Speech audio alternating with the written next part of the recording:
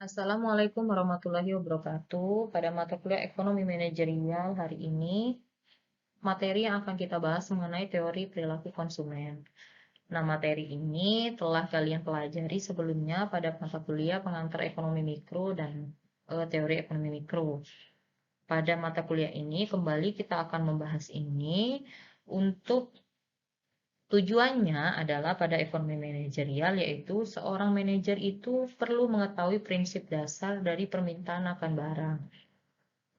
Sehingga seorang manajer itu bisa memahami, mengestimasi, dan memprediksi permintaan dari masyarakat akan barang yang akan dijual. Pada teori perilaku konsumen ini adalah analisis yang menerangkan yang pertama, alasan para konsumen untuk membeli lebih banyak barang atau jasa pada harga yang lebih rendah dan menguranginya pada saat harga tinggi. Hal ini berlaku hukum dari permintaan. Pada hukum permintaan itu, ketika harga barang naik, permintaannya turun, begitupun sebaliknya, ketika harga barang turun, permintaan akan barang itu juga naik, gitu ya. Berlaku hukum permintaan di sini. Yang kedua adalah bagaimana seorang konsumen itu menentukan jumlah dan komposisi dari barang yang akan dibeli dari pendapatan yang diperolehnya.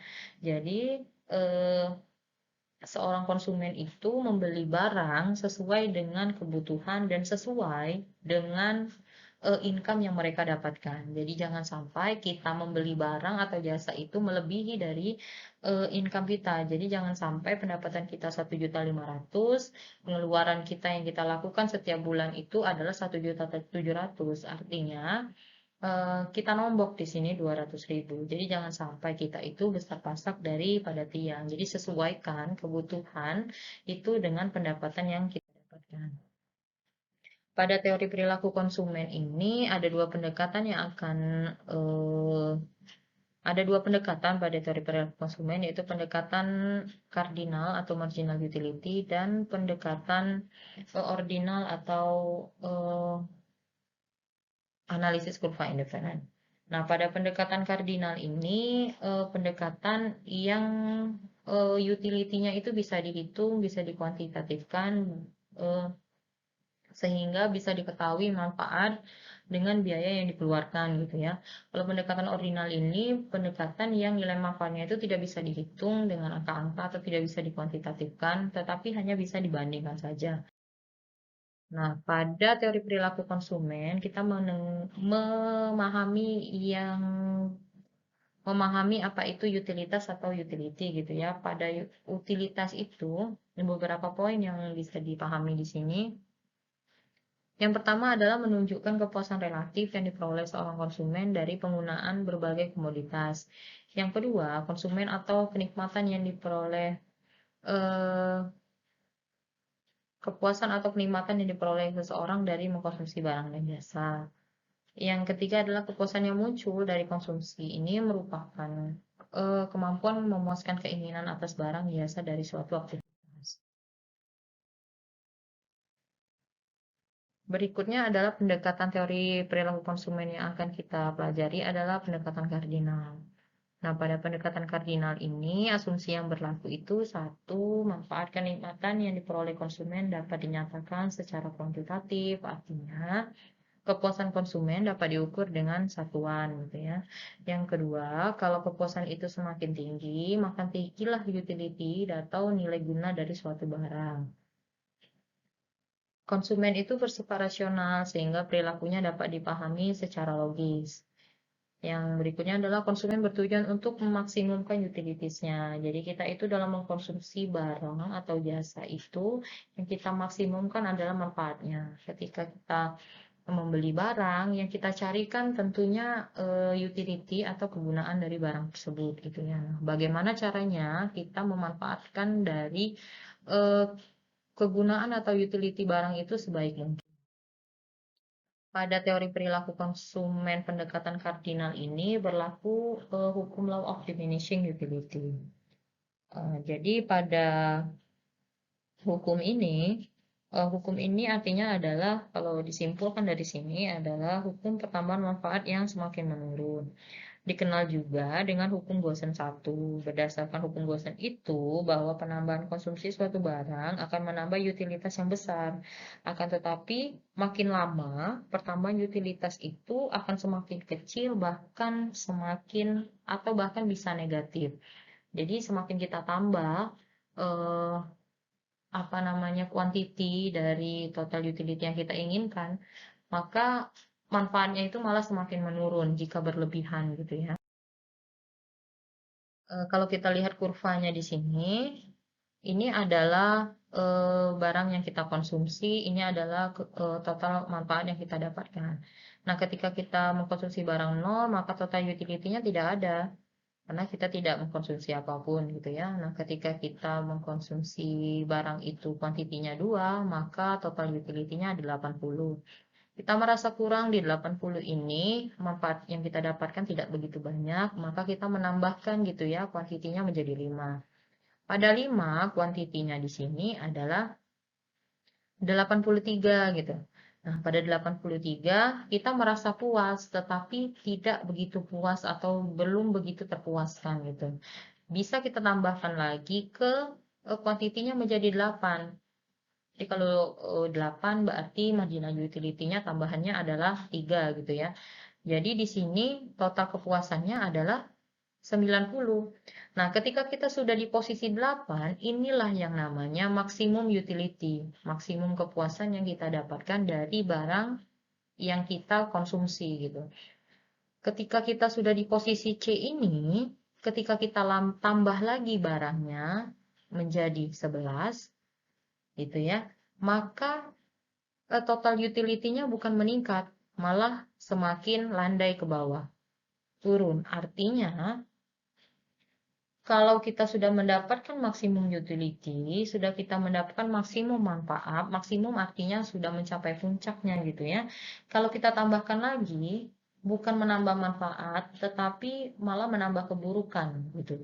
Artinya dia slope-nya menjadi negatif gitu. Jadi manfaatnya malah menurun.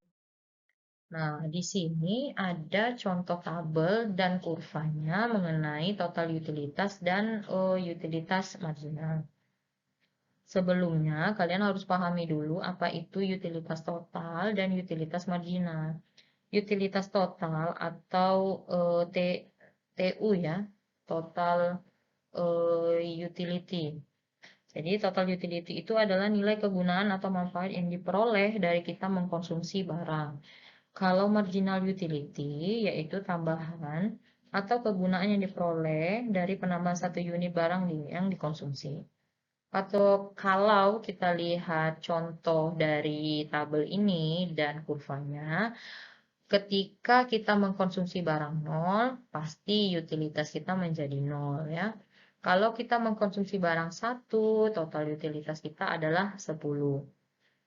Semakin meningkat kedua, total utility-nya adalah 18.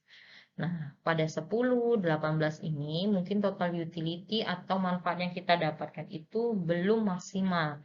Kita tambah lagi di 3, di 4, sampai kita mendapatkan di maksimum utility di 5 dan 6. Pada 5 dan 6 ini, total utilitas kita adalah 30. Nah, pada posisi 30 inilah maksimum utility atau maksimum manfaat yang kita dapatkan dari barang dan jasa gitu ya. Kalau kita lihat kurvanya, ini kurva kuantitasnya, ini adalah total utilitasnya gitu ya.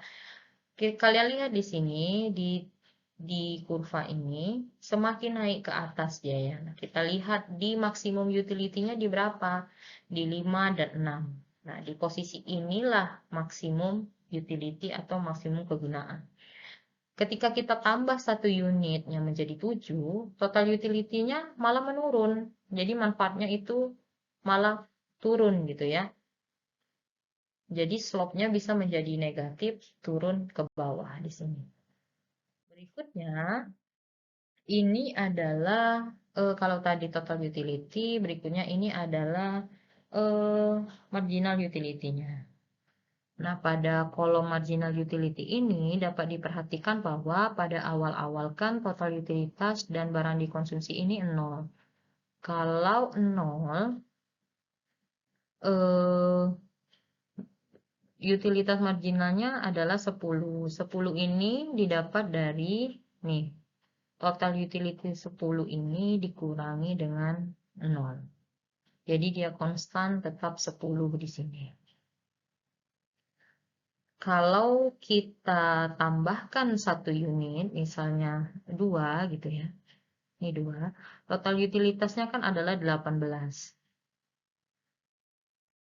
Total utilitasnya adalah 18. Maka didapatkan marginal utility-nya akan menambah 1 unit barang, yaitu sebesar berapa? Sebesar 8. Nah, 8 ini didapat dari 18 dikurang 10.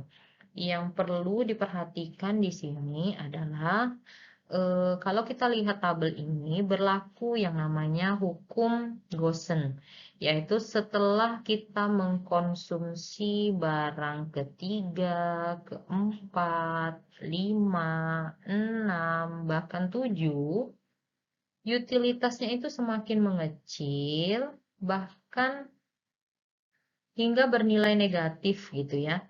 Artinya, menambahkan konsumsi barang 1 unit akan menambah manfaat yang semakin mengecil, bahkan bisa hingga negatif bila terus dikonsumsi.